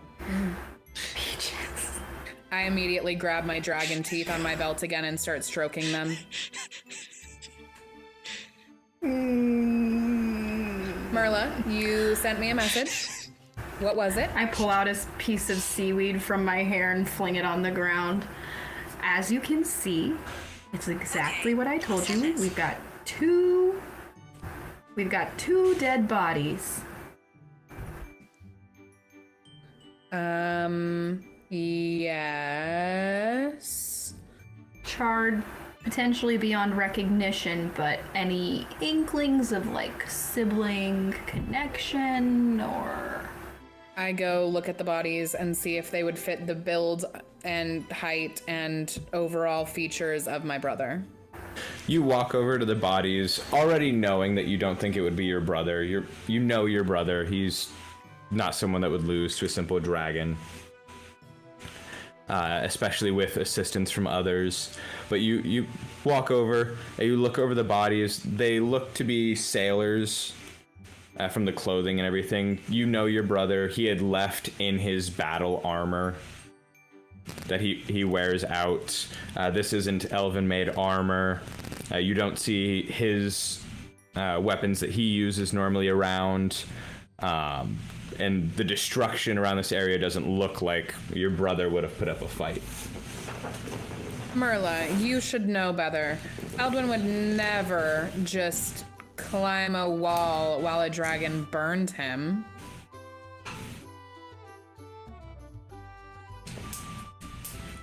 Merla, you know, the psychic connection must be broken because I can't hear a word you said. That was funny. I do my best not to judge based off of appearances or relations. Well, safe to say, my brother is a warrior, and he will be wearing armor, and I doubt we'll find him scurrying away into a wall, so I guess the next best bet is to start working our way down the road and hope that we don't get ambushed by creepy creatures. I agree. Peaches, you catch anything? Not yet. Peaches, you're looking at the water, and as you're doing this, you know the area a bit. No fish have actually come by. I don't think there's anything in this water. Is that normal? Fish not being in a pond? Or the So ocean? we should be concerned. Yes. Super.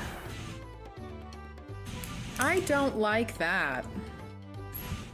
Well, let's get back to the dock and start making actual progress here. Actually, I would like to go back to the dock, and I would like to... Sovereign Leader! And both of you wish to follow? I'm gonna climb on top of the top I go rock. back to the dock. I do not go back to the boat. But the do you go boat- back to the dock? Yes. And Peaches? Can I wonder if it'll let me. I'm gonna climb on top of here. Where I can Okay. see and wait. Okay. You find a large rock in the middle of the beach that goes up, and it goes about to match the same height as this cliffside over here, which allows you to look kind of over it and see down to the ship and the dock. So you climb up and get up there. Merla, you see Peaches up there and continue on. Zarya, you follow and you swim back to the dock.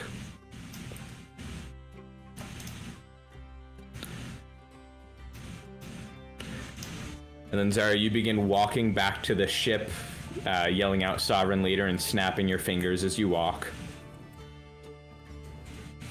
Merla, you want on a walk toward the island?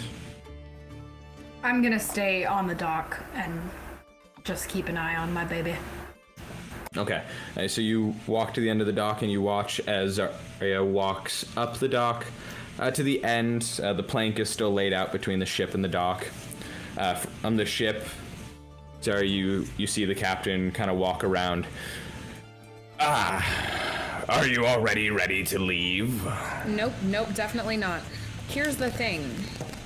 There's no fish in this water. You jest? Nope, dead serious. Serious as the dead bodies just found on the beach. Also, that ship right there was pushed into the rock. So I'm just at least wanted to let you know that you should be very aware of your surroundings in case you might need to like move the ship or something. I don't know, but it seemed weird to me. I did explicitly say dragons love to up ships, right? I do remember those words actually. Do I have permission to circle the island?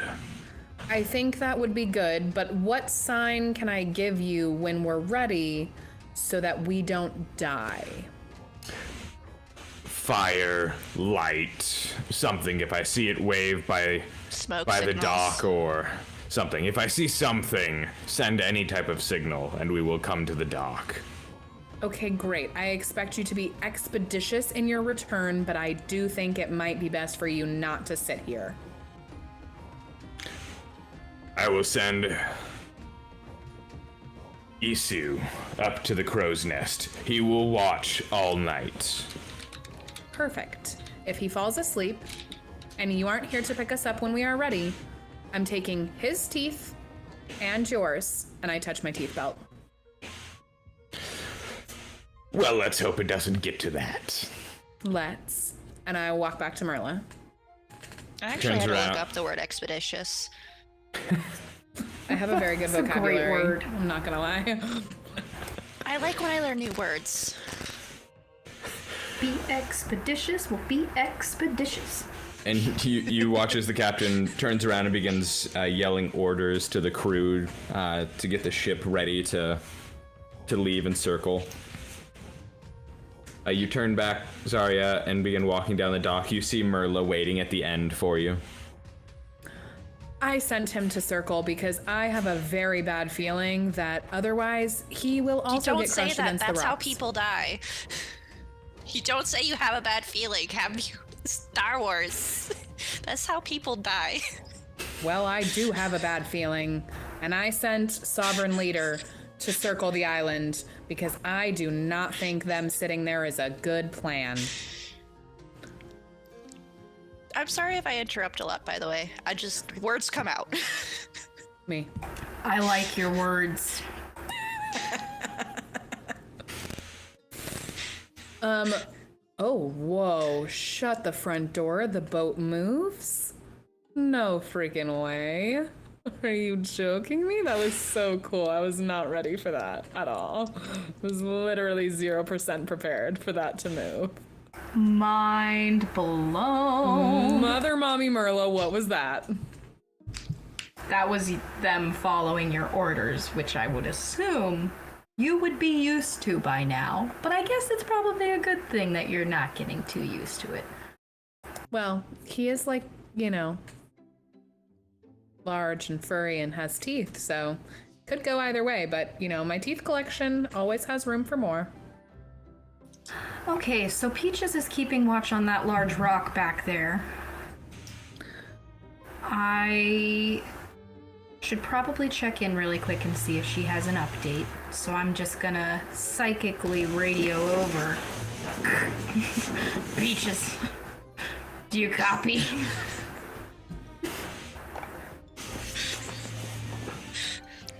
She's just gonna up there and wave. I'm like, you see anything worthwhile?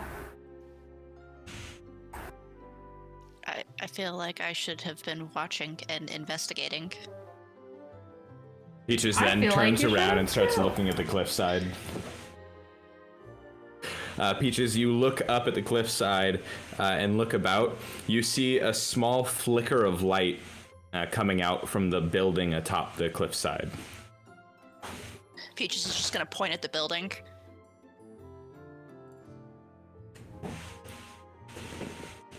Alright, so we've got some activity. I'm gonna sneak a snake up there and take a look.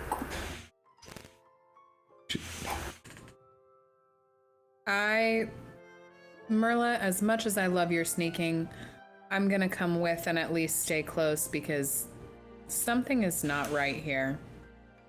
I agree with you, and I appreciate it.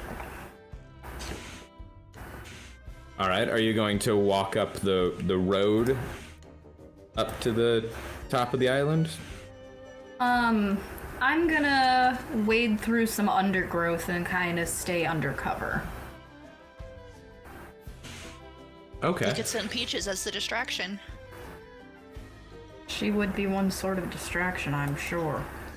A great distraction. You look over the plant life of the island. You see somewhat tall grass laid out outside of the path on the sides of it. and a few bushes here and there, but not much to hide within. Okay. Not even for a 3-foot tall little bean? You would have to lay down in the grass to not be seen. Well, okay. Then since I can't turn invisible, will just sneak up the road. Can you sneak? Are you sneaky? Can I turn invisible? Hold on. Hold the front. I will remind you that Peaches is a cat with proficiency in stealth And claws to climb. and claws to climb. So maybe we should hang back and you want to go be lookout? Okay, I'm here for it. She says over radio. Peaches will just turn to her, point itself, and then at the building. Over psychic radio, I say, yeah, that sounds like a good plan. Peaches We'll will hang just back. thumbs up and then like start climbing down the rock she's on top of. You stow your weapon and climb down the rock. And you want to climb up the cliffside? Yeah, but I want to come up over here, like the side over here. It used to let me ping. Why can't I ping anymore? We'll do the ruler. Maybe it'll show that. Up here. Okay. I did see that. I don't know why I didn't see ping. The two of you Cool. watch off in the distance as Peaches begins climbing up some rocks and up the cliffside. You have to use your claws and start climbing. You pull yourself up and peek over the edge. You can see to the left of you a little bit more of a rise, but you can see the walls of the building peeking out. Or to your right, and you see the road directly in front of you.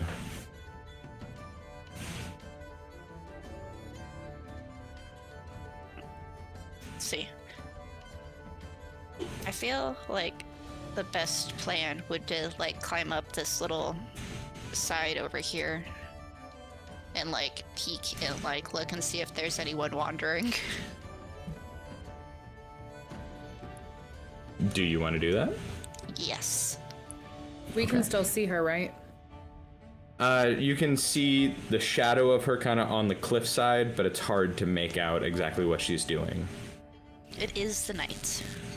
Yes. There is moonlight out, but it is still hard to see. But at least it lets you see. Peaches, you said you have two-way, or you have psychic communication too, so can you communicate psychically back to me? So, I looked up my earring. It's the earring of message, and it says that I Limited have use. 5 charges for it. And that but my range is only, it's like 120 feet. Ew. Yes. But it's 5 charges, so provided you're within 120 feet, I can send it over. She is indeed. If you wanted to send a message, she is within 120 feet. So wait until there's something to report. I am gonna use one of the charges to tell you guys to like maybe move closer, so that way if I find things, I can send it over to you. I agree. Zarya and I will start stealthily skadoodling up the road a little bit. Probably over to like, I don't know if I can ping. Somewhere either. over here. Can I ping? Does it ping? Hold down. So if you click on the ruler, Right there. or Oh. Behind these little bushy things. Okay. So the two of you begin to make your way, crouch down, sneaking up the road. Peaches, they say that they're going to come up to you. Do you wait for them or do you start climbing? I'm gonna start climbing to like peek over. Okay. So you go over to the wall and begin climbing up the side of it and peek up. You can see stone tiling on the floor. Kind of an open area, small steps going up to this. There's 4 pillars that come up to a roof, covering over the top of this small, what looks like a temple or shrine. Mm-hmm. And from the other side of this wall, you can see a small amount of light kind of peering through. Like peering out. It's kind of flickering, almost like a flame. I would like to attempt to sneak up there and like peek around the corner.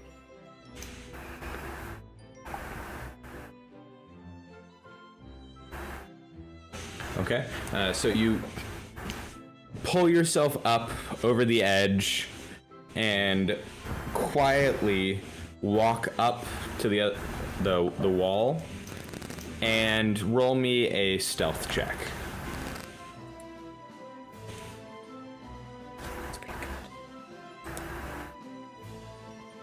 You quietly walk. You know you're stepping onto some stone flooring. You make your footsteps even lighter. And you peek around the wall. And you see a small bird perched on the side of a stone slab. The bird is engulfed in flame. Like Phoenix engulfed in flame, or I'm dying on flame?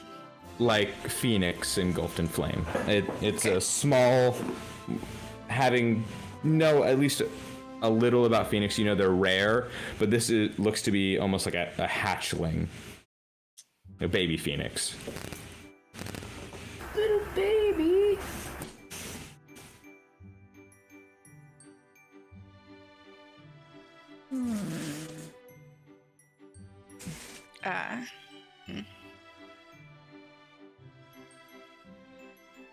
Can we move closer, like right there? You will. Yeah. Okay. You're slowly moving as she's moving, time-wise. I'm going to pull my war pick out, but have it like behind my back, and walk up to the bird. Okay, you turn around the corner. I saw those big eyes. I have a feeling, and I'm going with it. I'm sorry. Go with it.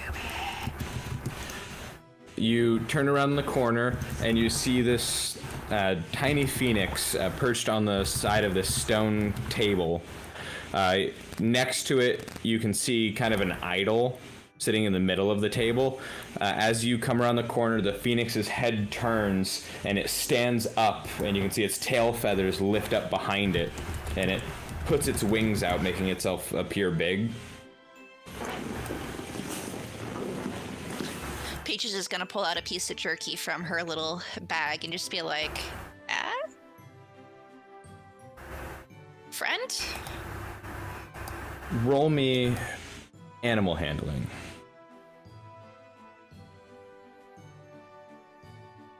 I'm good at that too. You instinctively take your weapon out and set it down. As you know, phoenixes are very intelligent. You set it down next to you. Both hands out, you reach in, pull a piece of jerky out, and slowly approach and set the jerky on the floor and back away. The phoenix hops off the table. It puts its wings down, but its tail feathers are still up. It walks over, grabs the jerky, and slowly backs up, and you see it kind of just like throw the jerky up and start eating it. What a fiery bird.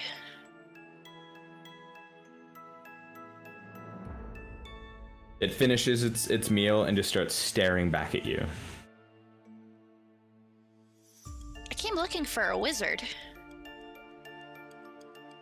Thought he might be able to help me. The phoenix, you can see it looking you over and assessing. It doesn't make any response back to you saying this. and it's just quiet. You can see it staring at you. I'm gonna slowly grab the war pick and be like, and then go up to the post, be like, I just don't want to die, buddy. The phoenix, as you grab the war pick, slowly backs away to the back of the room. And it turns and quickly takes flight out the back and soars into the sky. The two of you walking up slowly to where Peaches is, see this fiery bird fly out from the building up into the sky. Does it look like a glowing thing flying in the sky? Yes. Of course it does. Of course it does. It's a lighthouse, sort of. It's funny, right? Zarya, sense of humor is good. I see that and I run using my extra speedy Gloomstalker super fast speed to Peaches. Really fast. You throw sneaking and quiet out the window and begin sprinting up the steps, up to the shrine at the top. Merla, you follow behind, staying cautious still, but knowing that they would hear her coming anyway. Okay. Your girl's got sneak attack, bro. That's why we trying to sneak. Zarya, you run up to the shrine as Peaches is just looking at this bird off in the sky. You run up and you step onto the stone and almost slip. What is that? Phoenix. A phoenix is not a dragon. That's not a dragon. No, but it means there's dragons nearby. Can you make it come back? Maybe. I can talk to it if you can make it come back. Peaches is gonna go to where it flew off from and pull out more jerky. Be like, please. And Zarya, you, as you watch Peaches, you look down where your foot slipped, and on the stone flooring, you see a large pile of singed ashes covering the stone.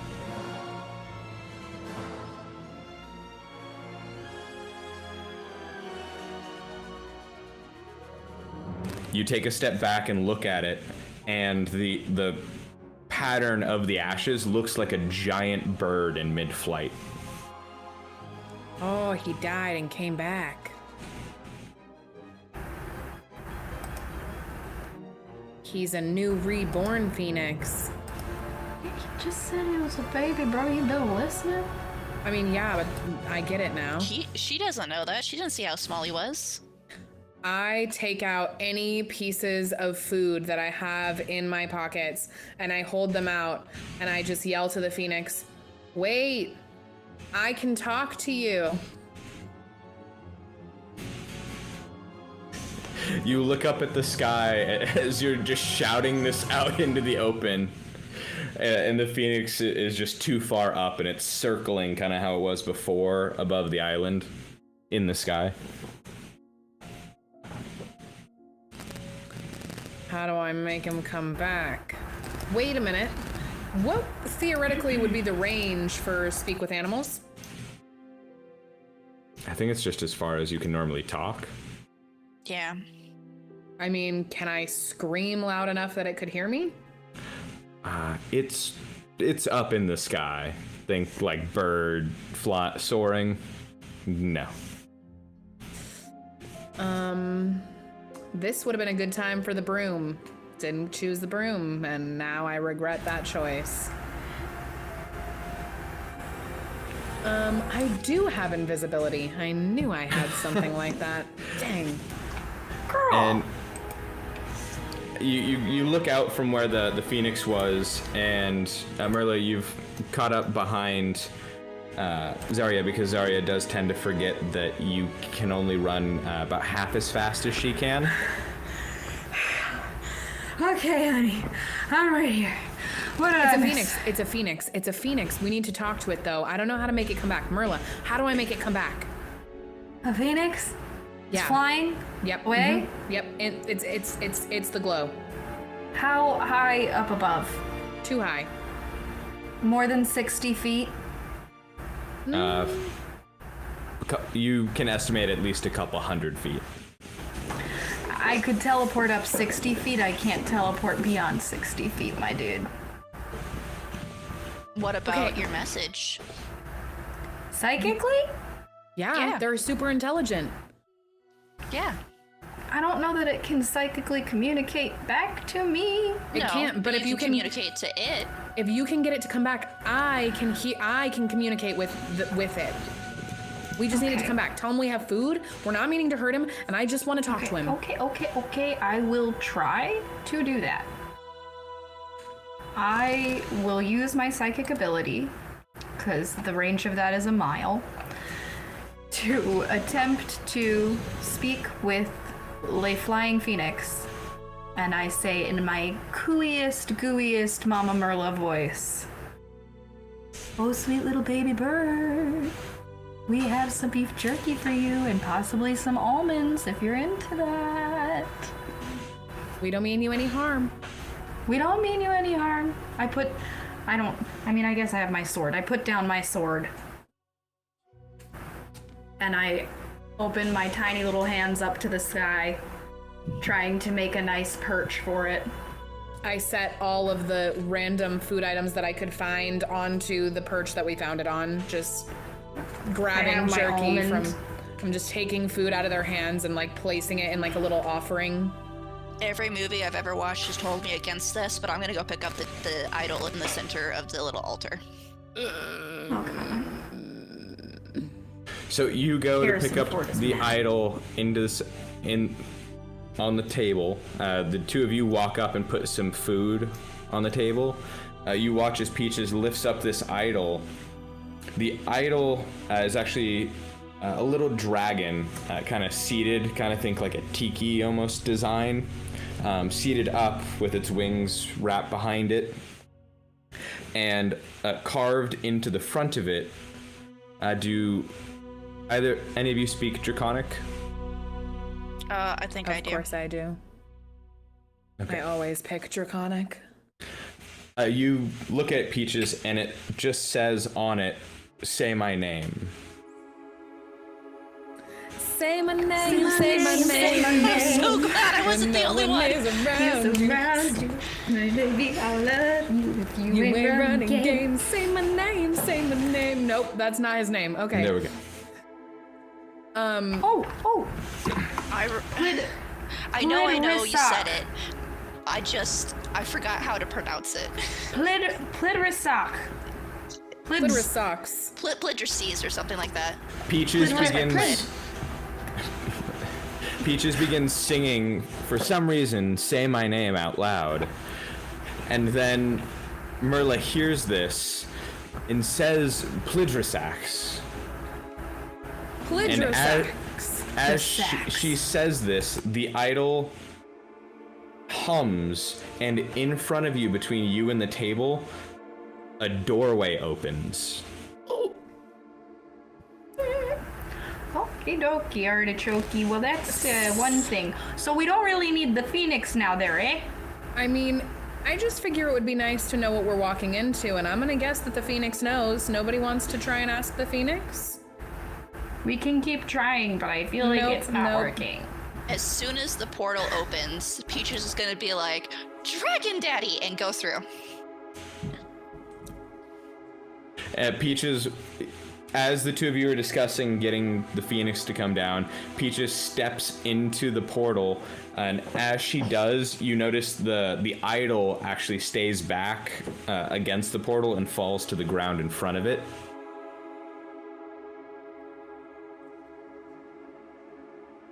Buddy systems, Arya. We can't be leaving anybody on their own. Girl Scouts #1 rule. Mother of... Okay. Merla. Inga, let's go. Okay. We're gonna go in also. The Oh, two of Branka, you, this is a bad idea. the two of you grab hands and step through the portal. And that is where we are going to end session 1 for the hunt for an elven blade. Say my name, say my name. When no one is around you. Thank you everyone for tuning in. We will be playing part 2 here soon. And everyone, have a good night.